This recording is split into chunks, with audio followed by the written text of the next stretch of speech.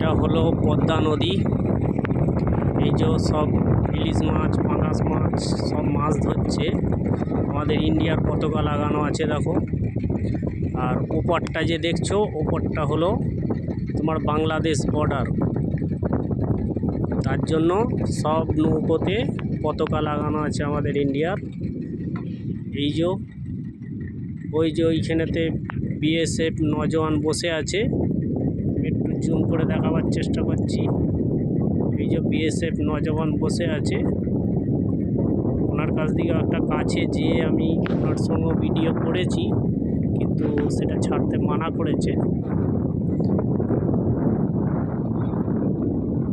এই যে সব ইন্ডিয়ার পতাকা লাগানো আছে দেখো। এখানেতে একটা ভাইকে মাছ ধরতে দেখলাম, একটা নৌকোতে একটা জাল তুললো, কম করে না হলেও 10 কিলো মাছ পেয়েছে। এটা দেখলাম। এই যে দেখছো পদ্মা নদীর ধার।